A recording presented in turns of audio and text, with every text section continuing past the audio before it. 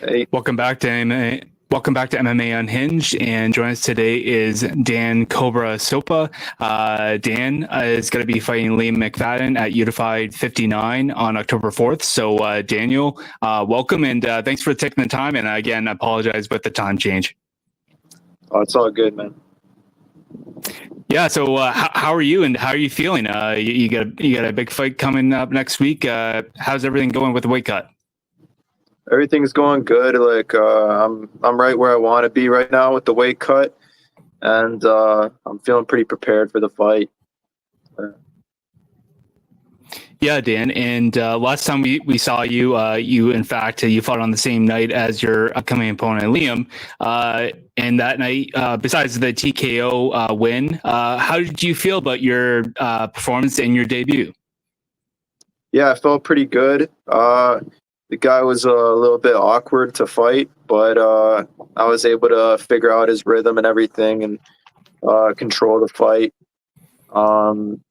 Didn't take too much damage or anything, and I got the nice highlight at the end, so I'm pretty happy with it. Well, that's excellent to hear, Dan.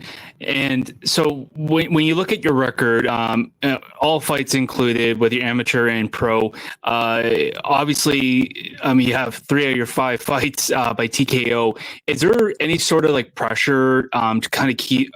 Is there any pressure on the expectations of yourself leading up to every fight? There's no pressure because I've had like Tapology says that I have those 5 fights, but I've had a lot of fights, even just in Muay Thai or kickboxing Right. that aren't on Tapology or anything. So I'm used to everything. Nothing's really too different for me. I've even fought Liam before in the amateur Muay Thai. So yeah, pressure isn't there.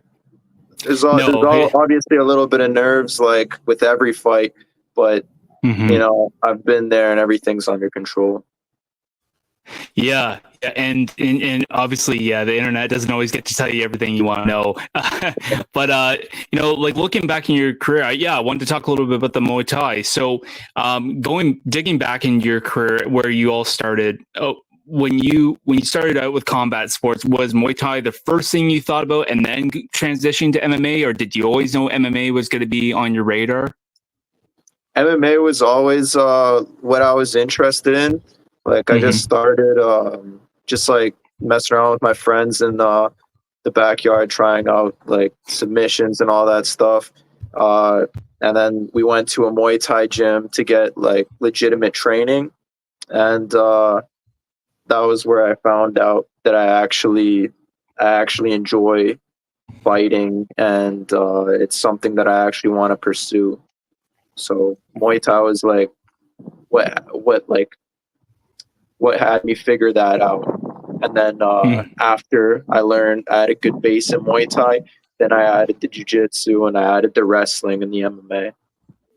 Mm-hmm. And I know you're in combat sports now, but were you always kind of were you always in any competitive sports prior to this?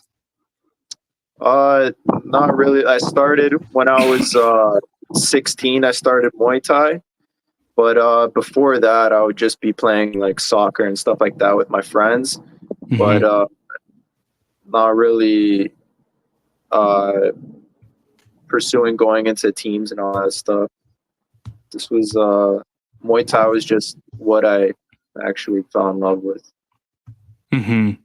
And then fast track into here now, with you fighting under Unified, probably arguably the biggest Canadian MMA promotion around right now. That being said, how fortunate are you to be able to not just fight it in under Unified promotion, but to also make your debut there as well? Yeah, I'm super fortunate, and my friend Pat Pitlick, he got my foot in the door, and Mm-hmm. yeah, he started out at the same gym as me, so he's known me since the beginning, and yeah, it was nice to have that little foot in the door to help me and tell them this guy's legit. Yeah, and I mean, like for a guy like Pat Pitt, like to go from Unified to get an opportunity on the Contender Series, obviously it didn't go his way. But knowing that the opportunity, the door to opportunities there, and being able to fight it under the same promotion that he had, does that just give you that kind of boost of confidence, knowing that you win a couple fights and could land you a contract with the Contender Series? Yeah, definitely. Like especially that Pat, I think he's very liked because of the way he fights, and we come from the same gym and everything. It gives me that confidence that people like to watch me fight. I'm not in boring fights. I'm making it exciting. So I think when I rack up some more wins, rack up some more highlights and stuff like that, then I think it'd be really appealing to Dana White Contender Series in UFC. Yeah, and talking about your upcoming fight here now, there's no secret who you're fighting, Liam McFadden, and you've had history with him, as you said, with the Muay Thai. So your opponent actually spoke highly about your Muay Thai and skills. When I asked him about the matchup, he talked about... I'm going to shut this gate. This one... Oh, no worries. Here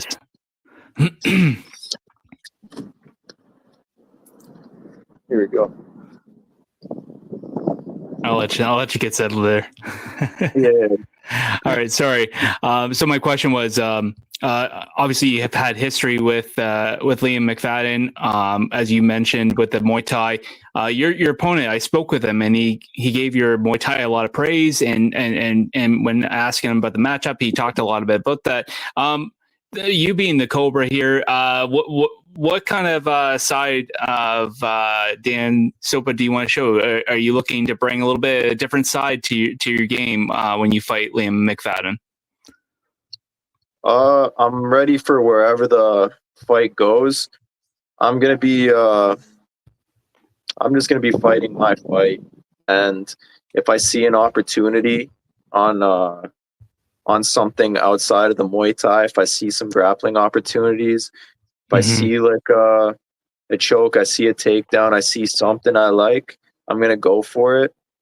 But yeah, it's gonna be how I wanna fight. Yeah. And what is the biggest improvement in camp that you wanna bring in this upcoming fight?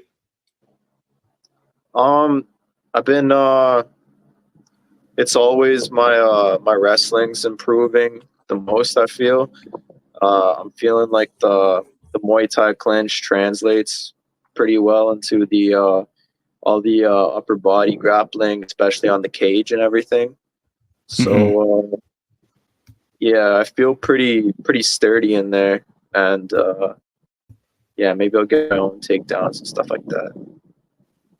And I don't want you to throw out your game plan by any means, but how do you kind of see this fight going down? I'm bigger than him, like in terms of height. I would think reach, but I'm not sure. So generally, I'm going to be using my reach and doing using that to my advantage in the striking and in the grappling. Spreading them out if I'm on the floor, and using my length on the feet too. Okay. And that being said, I know you're focused on the fight here, but I mean, I think a lot of people like to are always craving something after the fight, and that's food. So, what's your go-to cheat meal after the fight? Cevape. I'm Serbian, so Bosnian Serb, and yeah, we love cevape. It's like these little sausages. I'm planning the fight's on a Friday, so maybe I'll have a barbecue on Saturday. Watch UFC. Pretty nice. Yeah, and leading up to the fight, like after every cheat meal, do you ever get that kind of lethargic feeling after? Or do you feel okay, like after cutting weight and doing everything? Yeah, I feel fine. Like I cut weight, but I do it properly. I don't feel I never really had problems with my weight cut. Hmm. Well, that's excellent, Dan. And in a perfect world, injury free, let's just say that Unify decides to have a event in December. Would that be something that would interest you? Yeah, yeah, exactly. Like I'm hoping, I make it through this injury free, and then I could just get another one in December, and get to 3-0 before the year ends. Like Hmm. that would be perfect, ideal for me. And ideally, if that were the case, and then that puts you 3-0 in 2025, looking down ahead, and I know you're focused on your opponent, and I know you respect your opponent, and you are where you are. But looking into 2025, let's say you win a couple more fights, looking down in the next year or two, where do you see yourself at that point? Uh, Depends. Of course, everything depends. But in a couple of Right. years, I imagine I want to be busy and Mm-hmm. trying to fight around 3 times a year, something like that. So whatever that puts my record at, and then if I can get into the UFC, that's ideal for me. Oh, that's excellent, Dan. Well, it's a pleasure chatting with you. I know you got a big fight next week, so I don't want to take much more of your time. I know you're in preparation, last preparations for your upcoming fight, so I don't want to take much more of your time. And Dan, it was a pleasure. And again, I apologize, but the time changed, and hopefully we can talk with you again soon. So, Dan, good luck on October 4th, and we'll talk to you again soon, man. All right, man. Thank you. Have a good one.